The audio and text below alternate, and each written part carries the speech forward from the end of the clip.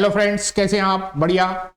Yes, तो already 3 chapter के exemplar problem हम आपके साथ डिस्कस कर चुके हैं। आज हमें डिस्कस करने हैं चैप्टर 4 की एग्जाम्पलर प्रॉब्लम। एज यूजुअल हम आपको बताएं, ये सीरीज आपके लिए बहुत बेनिफिट वाली है, क्योंकि जो बच्चे इस टाइम परेशान है ना कि बोर्ड की तैयारी करें, कंपटीशन की तैयारी करें, उनके लिए ये एग्जाम्पलर प्रॉब्लम बहुत अच्छा रोल प्ले करते हैं, क्योंकि बोर्ड के लिए भी मस्ट है और जेईई मेन, और जो बच्चे नीट की तैयारी कर रहे हैं उनके लिए भी। तो बहुत इंपॉर्टेंट सेक्शन है। और इस टाइम पे बोर्ड के साथ जब हम डायलेमा में फंस जाते ना कि क्या चीज तैयार करें और क्या ना करें, कि बोर्ड की तैयारी करें, जेईई मेंस की तैयारी करें, नीट की तैयारी करें, सर टाइम नहीं मिल पाता है, बोर्ड के लिए पढ़ना भी जरूरी है। यस, बोर्ड के लिए एग्जाम्पलर प्रॉब्लम भी इंपॉर्टेंट है, और यही एग्जाम्पलर प्रॉब्लम हमारे लिए जेईई के लिए और नीट के लिए भी इंपॉर्टेंट है। तो एट प्रेजेंट ये जो बोर्ड पेपर्स के बीच का पीरियड है, इस बीच में अगर हम सारी एग्जाम्पलर प्रॉब्लम सॉल्व कर लेते हैं तो वो हमारे नीट और जेईई की तैयारी को भी कंटिन्यू रखती हैं, और इसके साथ साथ ये हमारा बोर्ड का सेक्शन भी कवर करती हैं। और सबसे इंपॉर्टेंट चीज जो एनसीईआरटी एग्जाम्पलर प्रॉब्लम में है वो है बहुत कम नंबर ऑफ प्रॉब्लम्स हैं। अगर हम टोटल मिला के देखें चैप्टर में तो किसी में 13, किसी में 14, 15 यही नंबर ऑफ प्रॉब्लम्स है। लेकिन ये 13-14 प्रॉब्लम एनसीईआरटी जिस तरह से कंसाइज बुक है उसी तरह से ये कंसाइज प्रॉब्लम है। कम नंबर में every type of concept cover किया हुआ है इस एनसीईआरटी एग्जाम्पलर ने। तो मतलब सारा जितने टॉपिक है ना, सारे कॉन्सेप्ट भी रिवाइज हो जाते हैं, और बस half an hour, 40 minute, 30-40 minute में ये प्रॉब्लम हमारी सॉल्व हो जाती। तो आज हमें डिस्कस करना है chapter 4, moving charges and magnetic field. तो मैग्नेटिक फील्ड के चैप्टर बच्चों को थोड़ा सा डिफिकल्ट लगता है, तो आज देखते हैं इसमें किस किस तरह के एग्जाम्पलर प्रॉब्लम हमारे पास है, एनसीईआरटी ने जो दिए हैं उसको कैसे हमें सॉल्व करना है। राइट, एज यूजुअल आपको मालूम है 2 टाइप के एमसीक्यू हैं। एमसीक्यू 1 जिसमें सिंगल चॉइस क्वेश्चन रहते हैं, सिंगल आंसर करेक्ट वाले क्वेश्चन रहते हैं, और एमसीक्यू 2 जिसमें मोर देन 1 करेक्ट क्वेश्चन हमें करने हैं। तो स्टार्ट करते हैं। क्वेश्चन नंबर 1 आपके सामने है, पढ़ते हैं इसे। क्या कह रहे हैं ये? 2 charge particle transverse identical helical path in completely opposite sense in a uniform magnetic field. तो आप लोगों को मालूम है यहां केवल हम एनसीईआरटी का एग्जाम्पलर सॉल्व नहीं करते हैं, उसके साथ साथ उस कॉन्सेप्ट को अच्छे से डिस्कस करते। तो यहां पर हमें हेलिकल पाथ की बात करें तो सबसे पहले देखो, जब भी मैग्नेटिक फील्ड हमारी होती है, उस मैग्नेटिक फील्ड में कोई पार्टिकल अगर मोशन करता है तो किस कंडीशन में उसका पाथ हेलिकल होता है। ये अगर हमारी मैग्नेटिक फील्ड है और कोई चार्ज पार्टिकल इसके अंदर है, तो किस कंडीशन में उस चार्ज पार्टिकल का पाथ हेलिकल मोशन करता है। अगर पार्टिकल की जो वेलोसिटी है वो इस मैग्नेटिक फील्ड के परपेंडिकुलर हो तो पार्टिकल सर्कल में घूमने लगता है। तो सबसे मेन इंपॉर्टेंट चीज, जब पार्टिकल की जो वेलोसिटी है वो मैग्नेटिक फील्ड के साथ थीटा एंगल बनाए तो ये पार्टिकल हेलिकल पाथ फॉलो करता है, क्योंकि जो कंपोनेंट हो गए v साइन थीटा और दूसरा v कॉस थीटा, तो v कॉस थीटा के कारण ये पार्टिकल मैग्नेटिक फील्ड के पैरेलल चलने लगता है, और v साइन थीटा के कारण ये सर्कल में घूमने लगता है। तो इसका अगर हम पाथ देखें तो कुछ इस तरह से ये हेलिक्स बनाते हुए आगे चलता है। तो ये तो हमारा हो गया कि हेलिकल पाथ आता कब। इस हेलिकल पाथ में 2 चीजें हैं, एक है इसका रेडियस, एक है इसके रिंग्स के बीच का डिस्टेंस, जिसको हम क्या बोलते हैं? पिच कॉल करते हैं। अब यहां क्या कह रहे हैं? यहां कह रहे हैं 2 पार्टिकल आइडेंटिकल हेलिकल पाथ चल रहे हैं, लेकिन completely opposite sense. Opposite sense का मतलब क्या है? अपोजिट सेंस का मतलब है एक यहां से ये क्लॉकवाइज को, मतलब एक यहां से स्टार्ट करते हैं क्लॉकवाइज को हेलिक्स चलता है, दूसरा बिल्कुल आइडेंटिकल हेलिक्स है लेकिन एंटी क्लॉकवाइज है। तो दोनों हेलिक्स का रेडियस सेम होना चाहिए, दोनों हेलिक्स का पिच सेम होना चाहिए। और यहां पर हेलिक्स जो सर्कुलर पाथ कवर करती है वो करती है v साइन थीटा के कारण, और जो अलोंग दी फील्ड मोशन होता है वो होता है v cos थीटा के कारण। तो अगर हम ये पिच कैलकुलेट करें तो पिच हमारी कितनी होगी? यस, पिच कितनी होगी? पिच होगी v cos theta into time period. अब time period of circular motion in magnetic field is independent of radius as well as velocity. तो टाइम पीरियड का फॉर्मूला क्या था? टाइम पीरियड था 2 pi m upon B Q. ये तो याद ही होगा ना भाई, 2 पाई r अपॉन v रख के हम निकालते हैं। तो ये बड़ा इंपॉर्टेंट पॉइंट है कि time period of circular motion in magnetic field, अपने आप में इससे बहुत क्वेश्चन बन जाते हैं, बोर्ड में भी, मेंस में भी, नीट में भी। तो 2 pi m upon B Q एक इंपॉर्टेंट टाइम पीरियड का फॉर्मूला। अब इस टाइम पीरियड को यहां रखें तो हमें पिच मिल जाएगी। तो पिच की वैल्यू हो गई, कितनी हो जाएगी, 2 pi M V cos theta upon B Q.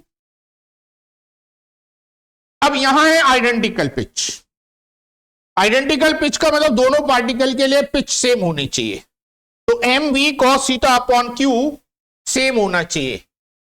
M V cos theta upon Q, ये फर्स्ट पार्टिकल के लिए और सेकंड के लिए सेम होना चाहिए।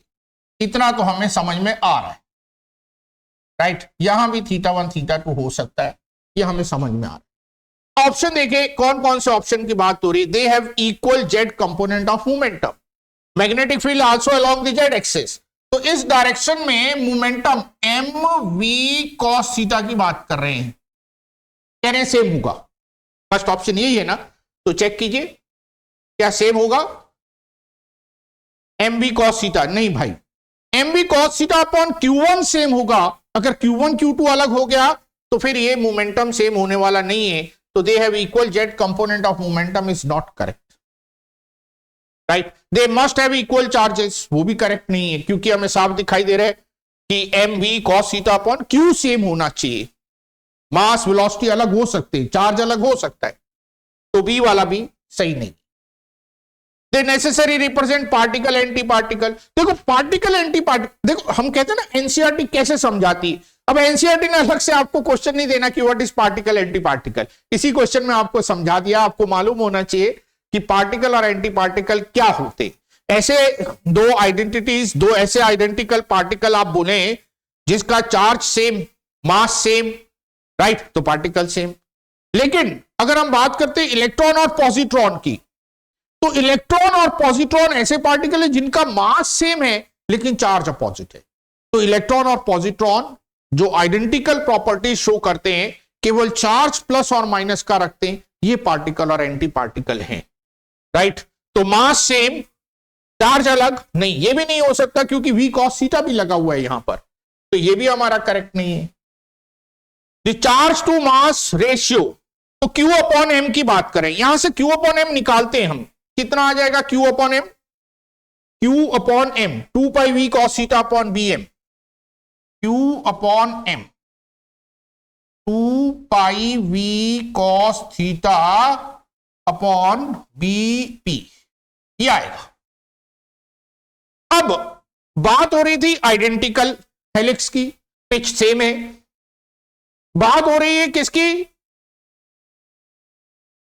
बात किसकी हो रही है, कंप्लीटली सेम सेंस की। सेम सेंस में रेडियस की जो वैल्यू होगी वो भी सेम होनी चाहिए। रेडियस कितनी होती है, रेडियस होती है M V sine theta upon B Q, ये भी सेम होना चाहिए, right. M V sine theta upon B Q भी सेम होना चाहिए। तो रेडियस भी सेम है नहीं है, और ये हमारी पिच भी सेम है। अगर पिच हमारी सेम है, जो हमारी हेलिक्स है वो आइडेंटिकल है, तो वी कॉस थीटा की वैल्यू सेम हो गई, तो ये वैल्यू कांस्टेंट होनी चाहिए। तो बड़ा अच्छा क्वेश्चन है, देखो एक ही क्वेश्चन में कितने कॉन्सेप्ट हैं। वी कॉस थीटा जो फील्ड की डायरेक्शन में है, अगर दोनों पार्टिकल के लिए ये अलग अलग हो गया तो फिर पिच सेम नहीं हो सकती, राइट। फिर हमारी जो हेलिक्स है वो आइडेंटिकल नहीं हो सकती, तो वी कॉस थीटा सेम होना नेसेसरी है, तो ये पूरा कांस्टेंट होना चाहिए। लेकिन सेंस अपोजिट है, मतलब एक क्लॉकवाइज घूम रहे तो एक एंटी क्लॉकवाइज घूम रहा है, वो तभी पॉसिबल है जब Q अपॉन एम एक का प्लस हो और एक का माइनस हो।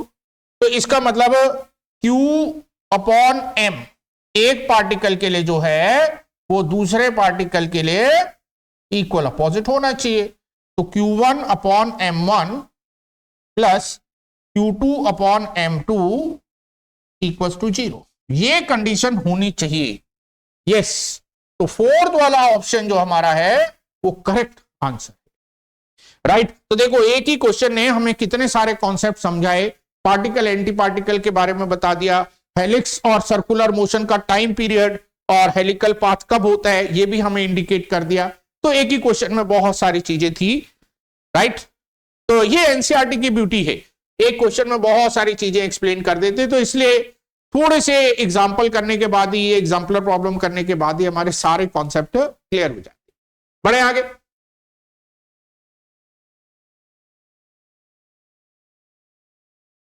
सेकेंड क्वेश्चन देखिए क्या कह रहे हैं। Biot-Savart law indicates that moving electron produces a magnetic field.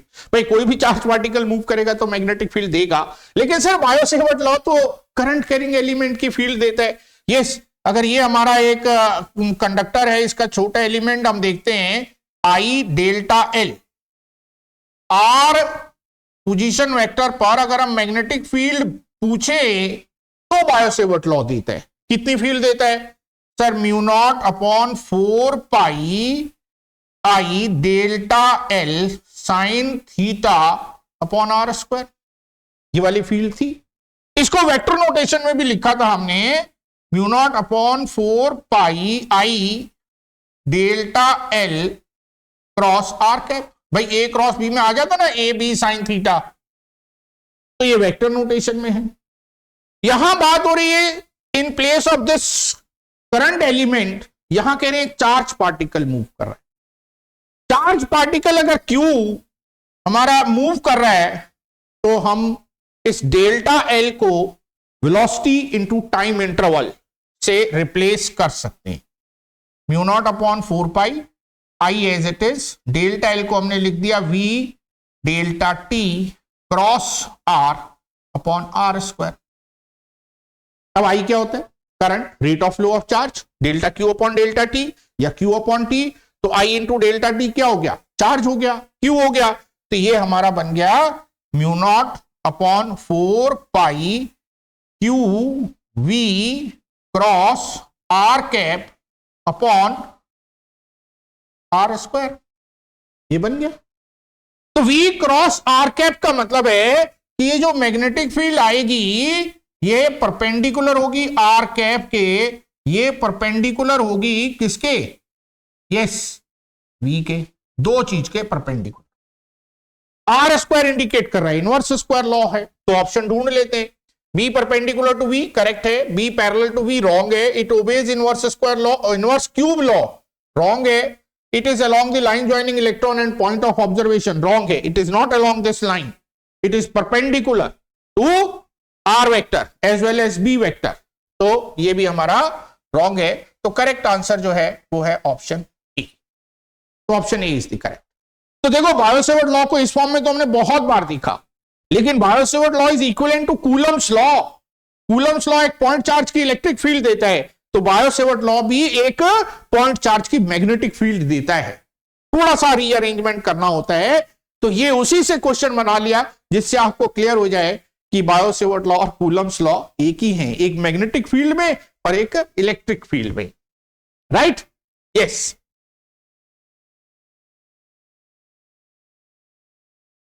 देखते हैं क्या कह रहे हैं क्वेश्चन।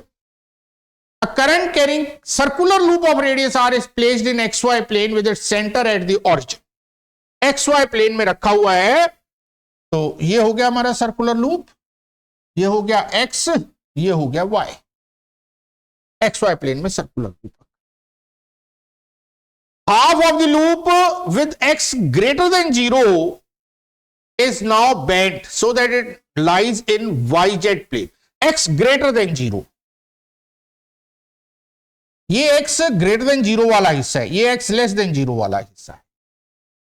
इसको बेंड करने के लिए कह रहे हैं किसके लॉन्ग? z के लॉन्ग। तो यहां से ये बेंड हो गया, ये वाला हिस्सा जो ऐसे रखा है ये बेंड करके ऐसे कर दिया। अलग से अगर डायग्राम बनाए, ये एक्स वाई जेड है, एक हिस्सा लूप का अब वाई जेड प्लेन में आ गया, और ये एक्चुअल में इन्होंने x ग्रेटर देन 0 वाला हिस्सा बेंड किया, x ग्रेटर देन 0 वाला। राइट? x लेस देन 0 वाला जो था वो नीचे ही रह गया, यहां वो नीचे ही पड़ा रह गया। तो कुल मिला के आधा लूप ऐसा है और आधा लूप ऐसा ऐसा हो गया। आधा लूप तो ये नीचे वाला रह गया, और ये जो था इसको बेंड करके ऐसे कर दिया, तो दो सेमी सर्कल रह गए। राइट? दो सेमी सर्कल रह गए। लेस देन 0 को करते तो डायग्राम हमारा ज्यादा अच्छा दिखाई देता। राइट? क्योंकि फिर हमारे लिए काम थोड़ा सा आसान हो जाता दिखने में। हम इसको अलग कलर से दिखा देते हैं। ये पीछे का हिस्सा है लूप का और ये आगे वाला हिस्सा बेंड किया। मैग्नेटिक डाइपोल मूवमेंट की बात हो रही है। मैग्नेटिक डाइपोल मूवमेंट पूरे लूप का जो था वो था पाई आर स्क्वायर के कैप। भाई एक्सवाई प्लेन में रखा हुआ था, एरिया हो गया पाई आर स्क्वायर, करंट हो गई आई, तो लूप का डाइपोल मूवमेंट हो गया दिस वन। लेकिन जब हमने इसे बेंड कर लिया तो ये रह गया पाई आर स्क्वायर बाय 2 आई। ये तो एक्सवाई प्लेन में रह गया, तो इसकी डायरेक्शन तो के कैप रह गई। आधा बेंड कर दिया तो उसकी डायरेक्शन कितनी हो गई, पाई आर स्क्वायर बाय 2 आई। अगर हम पहले अप मान रहे हैं और इसको बेंड करें तो माइनस आई में चला गया, माइनस आई में चला। इसका हम एम डैश कर देते हैं, एम डैश का मैग्नीट्यूड चेक करते हैं कितना आ जाएगा। Pi R square I is initial M, तो ये m बाई 2 के cap plus m by 2 minus I cap का मॉड आपको लेना है, तो m by 2 1 plus 1 root 2, m by root 2, right. थोड़ा सा ध्यान देने वाला 3D है। अगर ये लूप है हमारा, ये पूरा लूप है, आधा लूप यहीं रह गया और आधे लूप को यूं ऊपर उठा दिया, तो आधे लूप का डाइपोल मूवमेंट तो सेम डायरेक्शन में रह गया, आधे के एक्स के अपोजिट चला गया, आई कैप में, माइनस आई कैप में चला गया। तो मूवमेंट ऑफ जो मूवमेंट ऑफ डाइपोल है आई इंटू ए, जिसको हम दिखाते हैं आई इंटू ए, वो आधा तो सेम प्लेन में रह गया, आधा डायरेक्शन चेंज हो गई। तो रिजल्टेंट अगर हम निकालें तो m by 2 root 2, m by root 2। The magnetic root of magnetic movement now diminishes, true, diminish हो गया ना, कम हो गया, m बाई रूट 2 रह गया, तो पहला ही ऑप्शन करेक्ट है। सिंगल चॉइस है तो और ऑप्शन करेक्ट होंगे नहीं। Magnetic dipole movement does not change, magnitude of B at 0 0 z increases, no, dipole movement कम हो गया तो मैग्नेटिक फील्ड भी रिड्यूस होगी, राइट। अनचेंज्ड, ये भी रॉन्ग है, तो तीनों ही रॉन्ग है, होने ही थे। एज यूजुअल एक ही करेक्ट ऑप्शन वाले हैं, तो एक ही करेक्ट आना था, only first is right. Yes भाई, कितने चैप्टर कर लिए, जरा कमेंट सेक्शन में लिख के बताना कि कितने चैप्टर फिजिक्स आपकी कैसी चल रही है, अच्छी चल रही है, बढ़िया चल रही है। कितने चैप्टर के एग्जाम्पलर प्रॉब्लम आपने किए हुए हैं, ऑलरेडी पहले से किए हुए हैं तो रिवाइज कर रहे होंगे, राइट। तो रिवीजन में तो 10 ही मिनट लगते हैं, 2x पे करके आप देखेंगे तब भी रिवाइज हो जाएंगे। लेकिन हाँ, एनसीईआरटी के एग्जाम्पलर बड़े इंपॉर्टेंट हैं, क्योंकि एक क्वेश्चन में बहुत सारे कॉन्सेप्ट हमें समझा देते। An electron is projected with uniform velocity along the axis of a current carrying loop solenoid. Which of the following is true? Solenoid के मैग्नेटिक फील्ड याद है, अगर ये हमारी सोलेनॉइड है, जब इसमें हम करंट पास करते हैं तो मैग्नेटिक फील्ड बन जाती है। कैसी मैग्नेटिक फील्ड बन जाती है, इसके एक्सिस के अलोंग ऐसी मैग्नेटिक फील्ड बन जाती है, ये मैग्नेटिक फील्ड।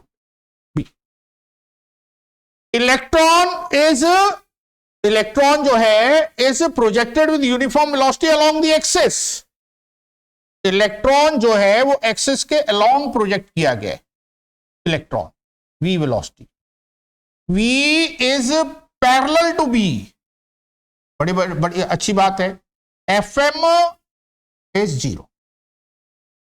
भाई fm तो तभी लगता है जब v b के पैरेलल नहीं होता, v क्रॉस b आता है, v क्रॉस b तो 0 हो गया है, तो इलेक्ट्रॉन पे कोई फोर्स नहीं लगेगा, तो इलेक्ट्रॉन का एक्सेलरेशन 0 रहने वाला है। Acceleration of electron is 0। The electron will be accelerated along the axis, false हो गया। The electron path will be circular, भाई फोर्स ही नहीं लग रहा है, सीधा चलता रहेगा, ये भी बेकार हो गया। The electron will experience a force of 45 degree, बेकार हो गया। The electron will continue to move with uniform velocity along the axis, yes, fourth वाला ऑप्शन हमारा करेक्ट आंसर, राइट। भाई जब v पे कोई चेंज नहीं होगा तो यूनिफॉर्म वेलोसिटी से सीधा चलता रहेगा, कोई प्रॉब्लम नहीं। इस मैग्नेटिक फील्ड का इस मोशन पर कोई इफेक्ट होने वाला है, राइट। यस, बढ़ते हैं आगे, देखते हैं नेक्स्ट। इन अ साइक्लोट्रॉन, साइक्लोट्रॉन देखो वैसे तो अभी सिलेबस से हटा दिए, लेकिन प्रॉब्लम हमें मालूम होनी चाहिए कि साइक्लोट्रॉन क्या है। साइक्लोट्रॉन एक्चुअल में चार्ज पार्टिकल को एक्सेलरेट करने का एक डिवाइस है। और चार्ज पार्टिकल को एक्सेलरेट करने का ये जो डिवाइस है, इसमें दो मेटल की डिस्क लेते हैं, सेमी सर्कुलर डिस्क लेते हैं दो मेटल की, और इनके बीच में चार्ज पार्टिकल को पोटेंशियल डिफरेंस अप्लाई करके एक्सेलरेट कराते हैं। इनके बीच में चार्ज पार्टिकल को पोटेंशियल डिफरेंस अप्लाई करके एक्सेलरेट कराते हैं ये दोनों डीज, राइट। अब जब इनके क्रॉस, जैसे इसके यहां पर हमने पोटेंशियल लगा दिया E0 साइन ओमेगा टी, तो बड़ा अच्छा अरेंजमेंट बना के रखा जाता है कि जैसे ही चार्ज पार्टिकल यहां एक डिस्क से बाहर, भाई डिस्क के अंदर कंडक्टिंग डिस्क है, डिस्क के अंदर इलेक्ट्रिक फील्ड होती नहीं है, तो यहां अंदर तो इलेक्ट्रिक फील्ड रहती नहीं, यहां केवल रहती है मैग्नेटिक फील्ड, E होती है 0। यहां पर इलेक्ट्रिक फील्ड इसे एक्सेलरेट कराती है। जिसने पढ़ा हुआ है उसे मालूम है कि चार्ज पार्टिकल कंटिन्यूअसली यहां पर आके वेलोसिटी गेन करता है, राइट, एक्सेलरेट होता है, वेलोसिटी गेन करता है। लेकिन मैग्नेटिक फील्ड में भी चार्ज पार्टिकल का पाथ यहां से एंटर करता है, सर्कल घूमता है, ये घूमता है, फिर ये घूमता है, फिर ये आता है, फिर ये, तो देखो बीच में तो एक्सेलरेट होकर स्पीड गेन करता है, otherwise it is circular path. अगर ये सर्कुलर पाथ है तो यहां पर भी एक्सेलरेशन तो है ही। यहां कितना एक्सेलरेशन है, सेंट्रीपिटल v²/r, और यहां कौन सा एक्सेलरेशन है, linear acceleration, right. Potential difference upon length, ये गैप, ये हो गई electric field into charge particle. तो इलेक्ट्रिक फील्ड को अगर चार्ज पार्टिकल से के चार्ज से मल्टीप्लाई करें तो बन जाता है फोर्स डिवाइडेड बाय मास। तो जहां सर्कुलर पाथ है वहां सेंट्रीपिटल एक्सेलरेशन है, और जहां प्लेट्स के बीच में, डीज के बीच में जो ओपन स्पेस है, वहां पर पोटेंशियल डिफरेंस के कारण एक्सेलरेट होता है। लेकिन एक्सेलरेशन सभी जगह है, तो it undergoes accelerated motion all the time. तो साइक्लोट्रॉन में एक्सेलरेटेड मोशन होता है हमेशा, सारे टाइम पर एक्सेलरेटेड मोशन करता है चार्ज पार्टिकल, और कंटिन्यूअसली स्पीड अप करता है। जो स्पीड अप है वो डी के अंदर नहीं होती, वो डी के बाहर होती है, इसलिए ये रॉन्ग है। Speed up outside the D, speed up between the Ds because of magnetic field, no, because of electric field. Electric field के कारण डीज के बीच में करता है, तो ये भी गलत है। Slows down with in a D speed remains constant, speed up होता है बिटवीन द डीज, और यहां पर स्पीड कांस्टेंट रहते हुए सर्कुलर पाथ में ये चलता है। तो ये वाला ऑप्शन भी हमारा गलत ऑप्शन। ठीक हो गया, चलें आगे देखें नेक्स्ट। ये भी बड़ा अच्छा क्वेश्चन है, बहुत मिस्टेक होती है इस टाइप के क्वेश्चन में, तो ध्यान से इस ओरिएंटेशन को समझना चाहिए। A circular current loop of magnetic moment M is in an arbitrary orientation in an external magnetic field B. भाई एक्सटर्नल मैग्नेटिक फील्ड B में एक हमारा सर्कुलर लूप है। Work done to rotate the loop by 30 degree about an axis perpendicular to its plane. अच्छा, loop रखा कैसा है? Current loop of dipole is in arbitrary orientation, किसी भी ओरिएंटेशन में रख लीजिए भाई, रखते हैं तभी पता लगेगा, है ना। ये तो हो गई मैग्नेटिक फील्ड, बना लीजिए साथ साथ, कॉपी पेन लेके बैठना चाहिए तभी मजा आता है। खाली अगर 2x करके देख लिया तो फिर क्वेश्चन उस टाइम लगता है कि आसान है, हो गए, लेकिन बाद में आते तो हो नहीं पाते, राइट। इसमें लूप किसी भी ओरिएंटेशन में रखना है तो ये रख दिया लूप किसी भी ओरिएंटेशन में, आर्बिट्रेरी। लूप का एक्सेस ये है M। वर्क डन जो होता है W, वो कितना होता है? वो होता है P cos θ1 माइनस cos θ2, ये होता है। θ1 क्या है? θ1 angle between B and M initially, right. ये पूरा इसलिए लिख रहे हैं कि आपको बात समझ में आए, क्योंकि इसमें बहुत मिस्टेक होती है, इस क्वेश्चन में गड़बड़ कर देते हैं। θ2 फाइनल एंगल है बिटवीन B एंड M। θ2 क्या है? It is angle between B and M final. ये हो गया, इससे वर्क हम निकाल सकते हैं। अब क्या कह रहे हैं? Work done to rotate the loop, इस लूप को रोटेट करना है बाय 30 डिग्री, 30 डिग्री से घुमाना है, घुमा देंगे। About an axis perpendicular to its plane, इस एक्सिस के अबाउट घुमाना है। इस एक्सिस के अबाउट घुमाने से एम और बी का एंगल चेंज नहीं होगा, जो भी एंगल शुरू में है वही रहेगा, रोटेशन से पहले भी और रोटेशन के बाद भी, क्योंकि ये लूप तो इस एक्सिस के अबाउट घूम रहा है। जब तक इस एक्सिस को नहीं घुमाएंगे मैग्नेटिक फील्ड के साथ इसका एंगल चेंज नहीं होगा। ये बड़ी खास चीज थी, तो इसीलिए आर्बिट्रेरी बोला। तो इसका मतलब θ2 θ1 के बराबर ही रहेगा, तो W तो 0 ही रहेगा, क्योंकि ये अपने एक्सिस के अबाउट घूम रहे हैं ना, अपने एक्सिस के अबाउट घूम रहे हैं, तो एक्सिस तो इसका चेंज नहीं हो रहा, और जब तक इसका एक्सिस चेंज नहीं होगा डाइपोल मूवमेंट का बी के साथ एंगल चेंज नहीं होगा, डाइपोल मूवमेंट का बी के साथ एंगल नहीं बदलेगा, तो वर्क नहीं करना पड़ेगा, राइट। तो बड़े अच्छे कॉन्सेप्ट पे क्वेश्चन बनाया हुआ है, तो option D 0 is the correct answer. बात समझ में आ गई? तो देखो 4.6 6 क्वेश्चन अभी हमने देखे, लेकिन यस 6 क्वेश्चन में ही सब तरह का कॉन्सेप्ट इन्वॉल्व करा लेते हैं। बायो-सेवर्ट लॉ के साथ साथ कूलम्स लॉ हमें बता दिया भाई कि Biot-Savart law is Coulomb's law of magnetic field. अगर करंट कैरिंग कंडक्टर देखेंगे तो कूलम्स लॉ नहीं लगता है, तो पॉइंट चार्ज की फील्ड निकालनी सिखा दी हमें। तो सब कुछ बहुत कम नंबर ऑफ क्वेश्चंस में कवर कर लिया जाता है। MCQ 1 फिनिश्ड, MCQ 2 हमें स्टार्ट करने, means more than one correct answer है यहां पर। अब देखो क्वेश्चन आ गया, आपने सारा पढ़ा है, सारी तैयारी है। द गायरोमैग्नेटिक रेशियो, सर हमने तो नाम ही नहीं सुना। यस, गायरोमैग्नेटिक रेशियो तो बहुत सारे बच्चों ने नाम ही नहीं सुना, क्या होता है, लेकिन एनसीईआरटी एग्जाम्पलर में प्रॉब्लम दी है, जेईई मेंस पूछ लेगा, नीट पूछ लेगा, बोर्ड पूछ लेगा, फिर क्या करेंगे, फिर कहेंगे पेपर टफ आ रहा है। तो सीख लेते हैं ना गायरोमैग्नेटिक रेशियो। देखो कोई भी पार्टिकल जब घूमता है, रिवॉल्व करता है या रोटेट करता है, तो उसके साथ डाइपोल मूवमेंट आ जाता है, उस डाइपोल मूवमेंट को हमने म्यू एल बोल दिया। अब घूम रहा है तो एंगुलर मोमेंटम भी होगा, उसको हमने एल बोल दिया। दोनों वेक्टर हैं, इनके रेशियो को बोलते हैं गायरोमैग्नेटिक रेशियो। तो बेसिकली म्यू एल और एल का रेशियो हमें निकालना है, that is gyromagnetic ratio.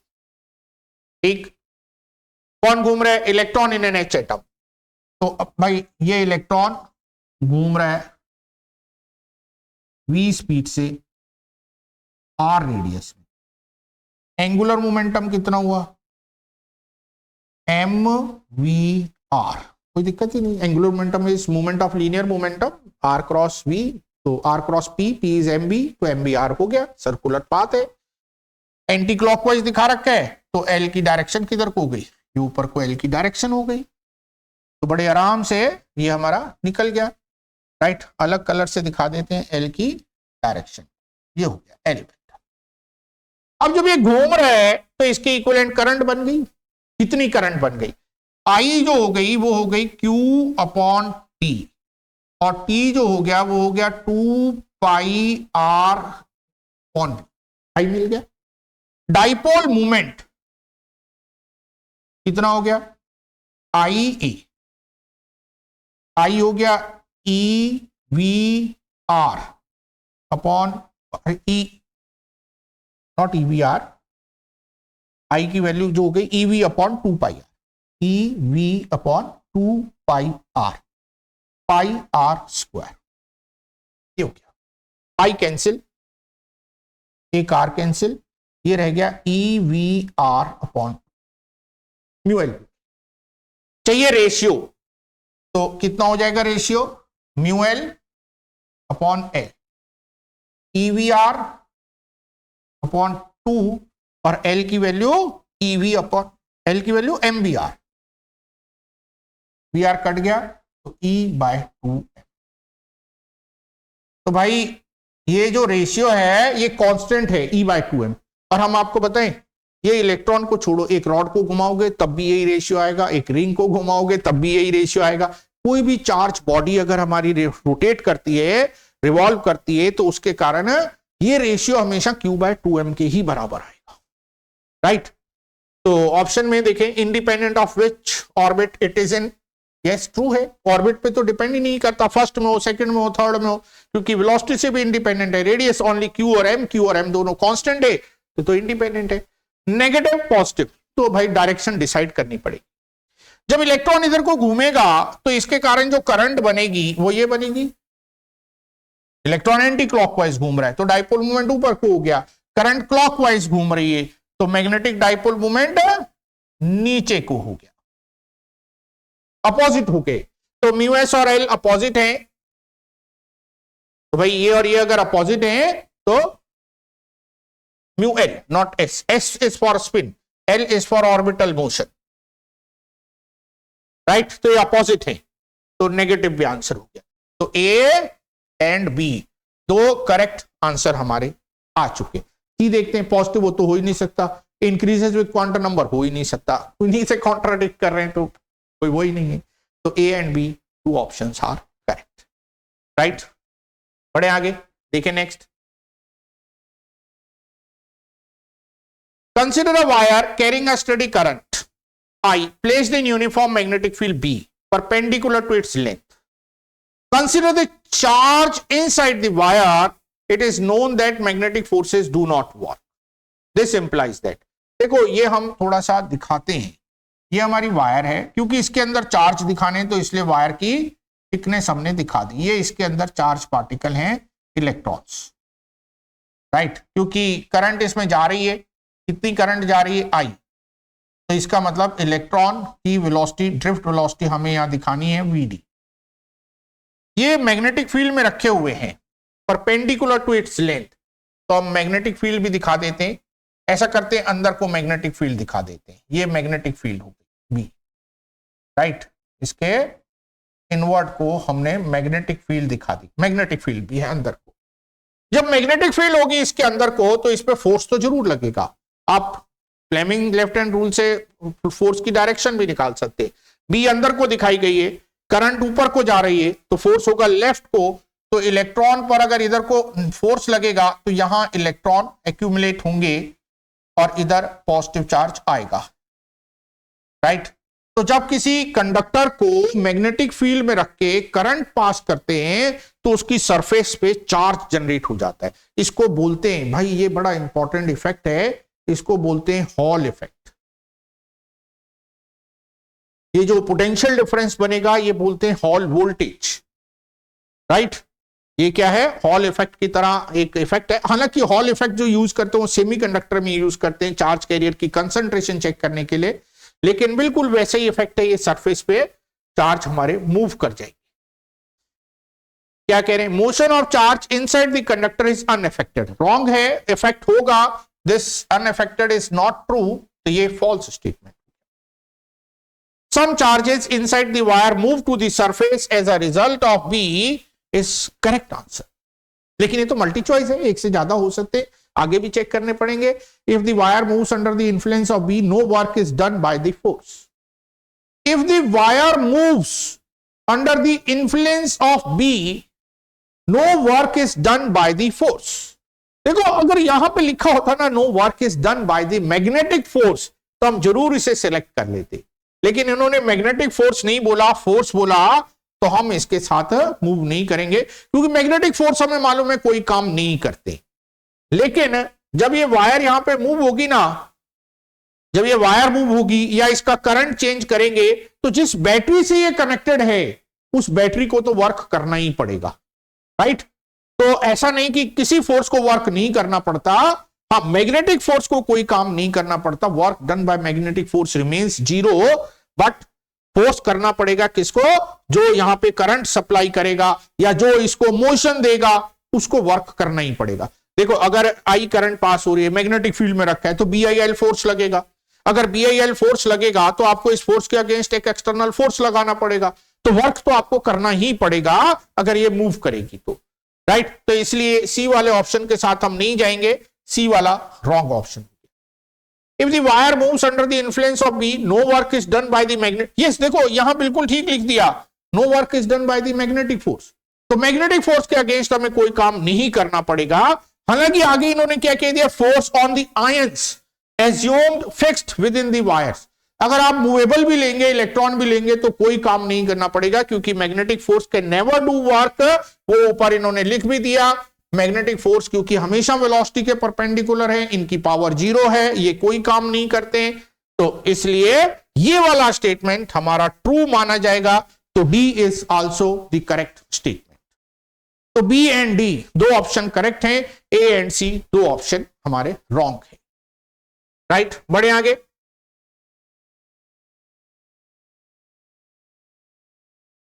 Again देखें क्या है, two identical current carrying coaxial loops. Coaxial loops, axis same है तो भाई फिर बना देते हैं, ये एक्सिस है, एक लूप ये हो गया और एक लूप और बना देते हैं, एक लूप ये हो गया, आइडेंटिकल है ऐसा इन्होंने कहा। हम मान लिया एक का सेंटर ये है, एक का सेंटर ये है, ठीक है। Carry current I in opposite sense, ठीक है जी, ये हो गया तो ये हो गया अपोजिट सेंस, एक में क्लॉक एक में एंटी क्लॉकवाइज, ये हो गई। A simple Amperian loop passes through both of them once. एक लूप लेना है जो दोनों से पास हो रहे हैं लेकिन एक ही बार। तो भाई ये सिंपल ही ले लेते हैं ना, इन्होंने भी सिंपल ही बोला, इस लूप के अंदर से भी जा रहा है, इसके अंदर से भी जा रहा है, तो ये वाला भी इसमें से करंट लेके जाएगा और ये वाला भी इसमें से करंट लेके जाएगा। ये करंट बाहर को लेके आएगा और ये करंट अंदर को लेके जाएगा।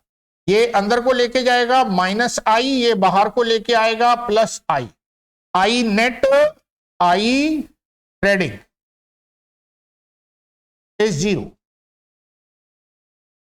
Integral B dot D L mu naught I threading, एक आई है एक माइनस आई है जी, 0 आएगा हमेशा, 2 म्यू नॉट आई नहीं आएगा क्योंकि एक की करंट पॉजिटिव एक की करंट नेगेटिव दिखा रहे।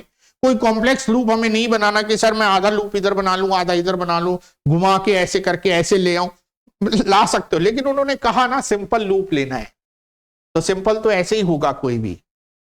राइट, तो फर्स्ट वाला तो the value of B dot D L is independent of sense of C. Yes, यहां इंटीग्रेशन में जो सी है क्लॉकवाइज देखिए या एंटी क्लॉकवाइज देखिए, क्योंकि थ्रेडिंग करंट 0 हो चुकी है तो ये इंटीग्रल हमारा इससे इंडिपेंडेंट हो जाएगा।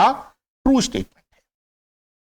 Right, there may be point on C where B and DL are perpendicular. Yes, ऐसा हो सकता है क्योंकि मैग्नेटिक फील्ड जो है वो अलग अलग प्लेस पे अलग अलग डायरेक्शन में आने वाली, ये दोनों डाइपोल है। अगर इसको इस तरह से देखें ना, ये ऐसा एक नॉर्थ एक साउथ, तो दूसरा जस्ट अपोजिट है, यहां नॉर्थ यहां साउथ, तो इनकी मैग्नेटिक फील्ड कुछ इस तरह से चलेगी। और यहां हमने लूप लिया है तो लूप के किसी प्लेस पर है, अगर यहां आपका लूप है तो लूप के किसी प्लेस पर ये परपेंडिकुलर हो सकती है। तो it may be there may be point C where B and DL are perpendicular, तो मे बी में तो हो सकता है। B vanishes everywhere, no B is not 0। Right, B 0 नहीं है, आई थ्रेडिंग 0 होने के कारण line integral of B dot D L 0 है, B is not 0 everywhere on C. Right, तो क्लियर हो गया।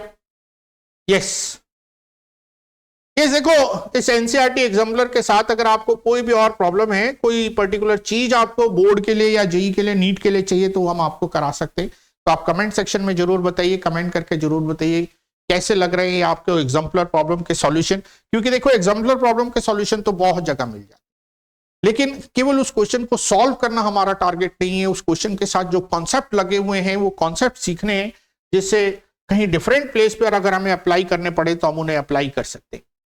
A cubical region of space is filled with some uniform electric and magnetic field. An electron enters the cube across one of its face with velocity v and a positron enters via opposite face.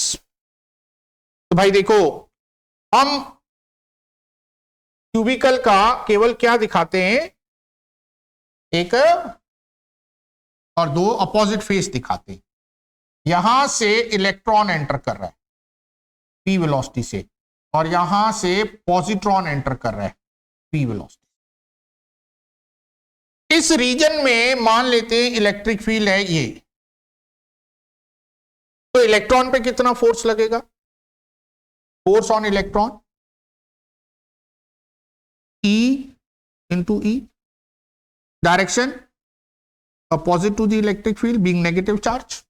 Electron negative charge है तो इसमें जो force लगेगा वो electric field के opposite लगेगा। और अगर हम पॉजिट्रॉन की बात करें प्लस ई, तो पॉजिट्रॉन पे फोर्स फील्ड की डायरेक्शन में लगेगा, तो इस पे इलेक्ट्रिक फोर्स इधर को लगेगा, इलेक्ट्रोस्टैटिक फोर्स, और इस पे इधर को लगेगा।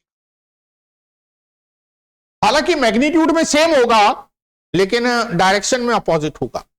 The electric force on both the particle cause identical acceleration, only magnitude में सेम है, डायरेक्शन में अपोजिट है, तो आंसर तो रॉन्ग हो चुका है, राइट। आइडेंटिकल एक्सेलरेशन नहीं है क्योंकि डायरेक्शन अपोजिट है, राइट। अगर एक्सेलरेशन ऑफ इलेक्ट्रॉन की हम बात करें और एक्सेलरेशन ऑफ पॉजिट्रॉन की हम बात करें तो इक्वल अपोजिट है, सेम नहीं। Magnetic force on both the particle cause equal acceleration. Magnetic force, भाई मैग्नेटिक फोर्स होगा तो Fm QVB, इसमें तो कोई दिक्कत है नहीं, डायरेक्शन देखनी पड़ेगी। तो जब हम डायरेक्शन की बात करते हैं, यस, जब हम डायरेक्शन की बात करते हैं तो फ्लेमिंग्स रूल चलता है। मान लेते बी अंदर को है, किसी भी एक डायरेक्शन में लेके आपको देखना है, राइट। तो मान लेते बी अंदर को है, बी अंदर को है, ये फिंगर हमारी जो है इनवर्ड को रख दिया, इलेक्ट्रॉन राइट को जा रहा है, मतलब जो करंट है वो लेफ्ट को हो गई, तो मिडिल फिंगर लेफ्ट को ओपन करेंगे, तो थंब किधर को आ गया, नीचे को आ गया, ये इस तरह से थंब नीचे को, तो इस पे फोर्स नीचे को आ गया। दूसरा चेक करना, बी अंदर को है, पॉजिटिव चार्ज है और इस बार इधर को चल रहा है, राइट। पॉजिटिव चार्ज, यहां नेगेटिव चार्ज था तो करंट इधर को हो गई थी, तो मिडिल फिंगर हमने इधर को ओपन करी, तो यहां भी सेम है, बी अंदर को और पॉजिटिव चार्ज हमारा इधर को आ रहा है, राइट। अगर पॉजिटिव चार्ज हमारा इधर को आ रहा है ये इस तरह से, तो थंब अगेन डाउनवर्ड हो गया, तो इस पे भी फोर्स नीचे की तरफ। अब बहुत बार ये लॉ लगाने में ना प्रॉब्लम होती है, तो आप क्या कर सकते हैं, IJK की हेल्प लेके भी काम कर सकते हैं, राइट। IJK कैसे, मैग्नेटिक फोर्स जो होता है वो होता है QV cross B for electron और फॉर पॉजिट्रॉन, दो देखने हैं आपको। इलेक्ट्रॉन के लिए वेलोसिटी हमारी हो गई इस डायरेक्शन में x VI कैप, इसके लिए VI cap with minus sign, ये हो गया, वेलोसिटी मिल गई। चार्ज ये माइनस का है, ये प्लस का है, पता है ऑलरेडी। मैग्नेटिक फील्ड, अगर आपने एक्सेस ये दिखाए हैं, ये x ले रहे हैं, ये y ले रहे हैं, बाहर को z है, तो मैग्नेटिक फील्ड माइनस k में हो गई, B K cap with minus B K cap. अब आप फोर्स निकाल सकते हैं, निकाले। Force on electron, Q minus E में बदल गया, V I कैप हो गया, cross B minus B K cap, ये हो गया। Minus minus plus EVB I cross K minus J हो गया, ये आ गया फोर्स। तो जो इलेक्ट्रॉन पर फोर्स है वो माइनस J डायरेक्शन में है। अब पॉजिट्रॉन की बात कर लेते हैं, Fe प्लस, चार्ज जो हो गया वो प्लस का हो गया, प्लस E, भाई ये Q की वैल्यू जो है प्लस E, V की वैल्यू कितनी, minus VI cap, cross B minus B K cap, minus minus तो प्लस हो गया, EV भी बाहर निकल गया, I cross K again minus J, तो EVB अगेन माइनस J, तो दोनों माइनस J में है, तो दोनों फोर्स सेम डायरेक्शन में है, मैग्नेटिक फोर्स सेम डायरेक्शन में, तो equal acceleration, true statement, right. तो फ्लेमिंग लेफ्ट हैंड रूल से भी आप निकाल सकते हैं, लेकिन बहुत बार इन फिंगर्स को लगाने में कंफ्यूजन होता रहता है, तो आप XYZ एक्सिस लेके डायरेक्ट वेक्टर फॉर्म में भी लगा सकते हैं, उसमें फिर कोई मिस्टेक का चांस नहीं रहता है, फिर हम डायरेक्शन को इजीली एनालाइज कर सकते हैं। बोथ पार्टिकल गेन और lose energy at the same right, भाई दोनों पे जो देखो एनर्जी का गेन और लॉस मैग्नेटिक फोर्स के कारण तो हो ही नहीं सकता। Work done by magnetic force is zero, W magnetic is zero, W electric is non-zero. So power of electric force is F dot, F कितना है, माइनस ई, माइनस ई डॉट, ध्यान दीजिए, माइनस ई फोर्स है, वेलोसिटी, इलेक्ट्रिक फील्ड और velocity की direction same है, दोनों same direction में है, तो ये हो गया minus E we cos zero. Cos zero is 1. Loss, electron अपनी काइनेटिक एनर्जी का लॉस कर रहा है. Power positron, F E, direction पे ध्यान देते हैं. फोर्स ई किस डायरेक्शन में, प्लस की डायरेक्शन में, प्लस की डायरेक्शन में. डॉट वी माइनस की डायरेक्शन में, वी किधर है, माइनस की डायरेक्शन में. तो ये प्लस ये माइनस की डायरेक्शन है, तो कॉस 180 बनेगा, माइनस ई वी. तो दोनों सेम रेट से एनर्जी का लॉस कर रहे हैं, तो loss of energy is with same rate is also true. तो बी सी दो तो ट्रू हो गए. The motion of centre of mass is determined by B alone. देखो जो इलेक्ट्रिक फोर्स है यहां पे अगर आप ध्यान दें तो ये इक्वल अपोजिट है, कैंसिल हो गए. नेट इलेक्ट्रिक फोर्स कितना हो गया, 0 हो गया. तो एफ इलेक्ट्रिक नेट 0. तो ये तो सेंटर ऑफ मास को इफेक्ट ही नहीं कर सकता. तो जो सेंटर ऑफ मास को इफेक्ट करेगा, क्योंकि वो ये दोनों फोर्स सेम डायरेक्शन में है, तो यही इफेक्ट करेंगे. तो this one is also correct. तो बी सी डी तीन ऑप्शन करेक्ट हैं. एक बहुत अच्छा क्वेश्चन था. सेंटर ऑफ मास के मोशन को ये दोनों फोर्स इफेक्ट करेंगे, जबकि इलेक्ट्रिक फोर्स सेंटर ऑफ मास के मोशन को इफेक्ट नहीं करेगा. राइट, बड़े आगे देखें एक और. यस भाई, इस कॉन्सेप्ट पे भी बार बार क्वेश्चन पूछा जाता है. इवन नीट में भी पूछ लेते हैं, जेई में भी पूछते हैं, और बोर्ड के लिए भी आ जाता है. लेकिन इस सेंस में ना आके थोड़ा डिफरेंट सेंस में आता है. बोर्ड में ये ऑब्जेक्टिव क्वेश्चन आ सकता है, मुश्किल नहीं है. Charge particle would continue to move with a constant velocity. भाई सिंपल सी बात कर रहे हैं कि एक्सेलरेशन जो है वो 0 है. हमें मालूम है फोर्स जो होता है इलेक्ट्रिक फील्ड का ई होता है और इसका ई वी क्रॉस बी होता है. ये 0 की बात कर रहे हैं. तब कब हो सकता है, E 0 B non 0. Let E is 0 B is non 0. Angle between V and B is 90. तब तो एक्सेलरेशन होगा इज 0 डिग्री. भाई एंगल मान लिया 0 है, मैग्नेटिक फील्ड के पैरेलल चल रहा है पार्टिकल, इलेक्ट्रिक फील्ड है ही नहीं.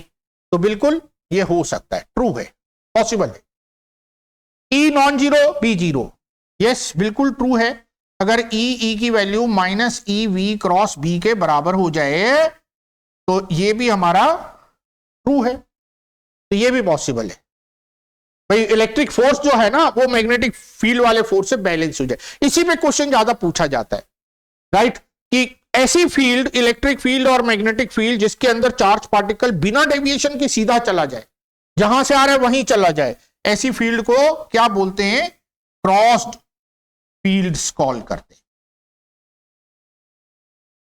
Right, crossed field. इलेक्ट्रॉन और मैग्नेटिक जो जे थॉमसन एक्सपेरिमेंट है मॉडर्न फिजिक्स के, इलेक्ट्रॉन का चार्ज कैलकुलेट करना, ई और upon M, specific charge basically calculate करते हैं, तो वहां ये यूज किया जाता है मॉडर्न फिजिक्स में क्रॉस्ड फील्ड का concept. Right, E non 0 B 0. देखो बी 0 हो गया तो मैग्नेटिक फील्ड तो कोई फोर्स लगाएगी.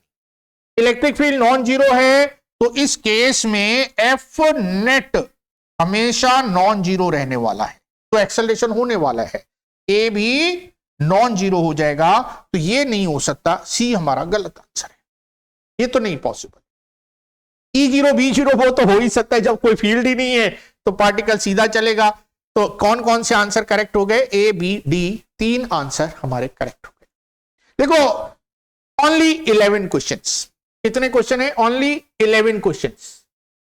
फ्रॉम एनसीईआरटी एग्जाम्पलर्स, और ऑल टाइप ऑफ कॉन्सेप्ट ये 11 क्वेश्चन में हमारे कवर हो जाते हैं।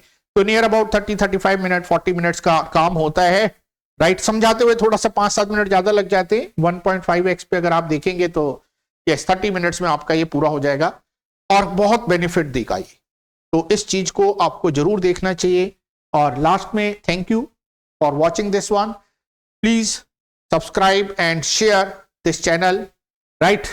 और ज्यादा से ज्यादा बच्चों से शेयर कीजिए कि ज्यादा से ज्यादा बच्चे इसका एडवांटेज ले सके। ये मत सोचिएगा कि यार अच्छा है दूसरा इसको नहीं देखेगा तो उसको कम एडवांटेज मिलेगी। जितना आप इसको स्प्रेड करेंगे उतना आपको बेनिफिट होगा। God is watching, right. तो मिलते हैं फिर अगले में, तब तक के लिए बाय बाय एंड थैंक्स।